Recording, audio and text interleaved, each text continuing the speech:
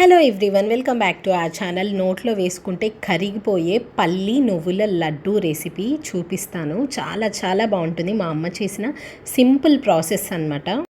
ఒక ప్యాన్ పెట్టుకొని దాంట్లోకి 1 కప్ ఆఫ్ పల్లీలని వేసుకొని డ్రై రోస్ట్ చేసేసుకుంటున్నారు.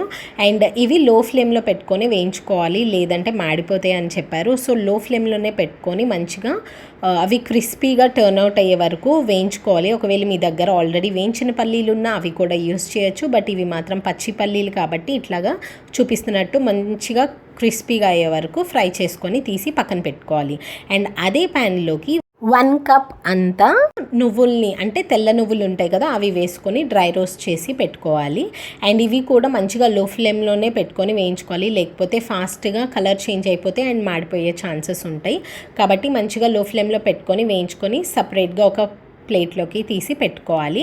అండ్ ఇవి కొంచెం చల్లారిన తర్వాత మనం ఇట్లా చూపిస్తున్నట్టు పొట్టు మొత్తం ఒలుచుకున్నాము.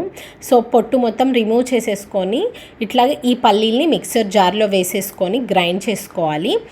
పల్లీలు సపరేట్గా అండ్ అలానే నువ్వుల్ని కూడా సపరేట్గానే గ్రైండ్ చేసుకోవాలి అని చెప్పారు, లేదంటే అవి మంచిగా గ్రైండ్ అవ్వవంట. సో ఇట్లా సపరేట్గానే గ్రైండ్ చేసుకుని పెట్టుకుంటున్నాము.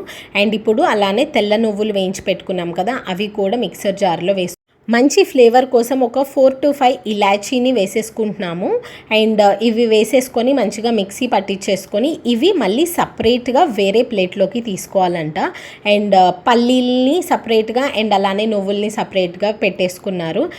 అండ్ అదే మిక్సర్ జార్లోకి 1 కప్ ఆఫ్ బెల్లం అండ్ అలానే గ్రైండ్ చేసి పెట్టుకున్న నువ్వుల్ని కూడా వేసుకొని గ్రైండ్ చేసుకొని పల్లీల పౌడర్లోకి వేసేసుకున్నాం అదే ప్లేట్లోకి. అండ్ అలానే సెకండ్ రౌండ్ కూడా సేమ్ అదే ప్రాసెస్, 1 కప్పు బెల్లం అండ్ అలానే కొంచెం నువ్వుల పొడి వేసేసుకొని గ్రైండ్ చేసుకొని మళ్ళీ పల్లీల పౌడర్లోకి వేసేసుకొని దాంట్లోకి కొంచెం ఎండు కొబ్బరి తురుము వేసుకుంటున్నాము.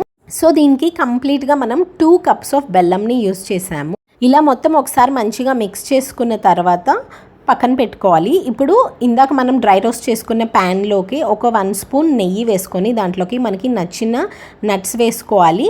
ఇక్కడ మీకు కావాలి అంటే వేసుకోవచ్చు ఈ స్టెప్, బట్ వద్దు మనకి నట్స్ వద్దు అనుకుంటే స్కిప్ చేయొచ్చు కావాలంటే.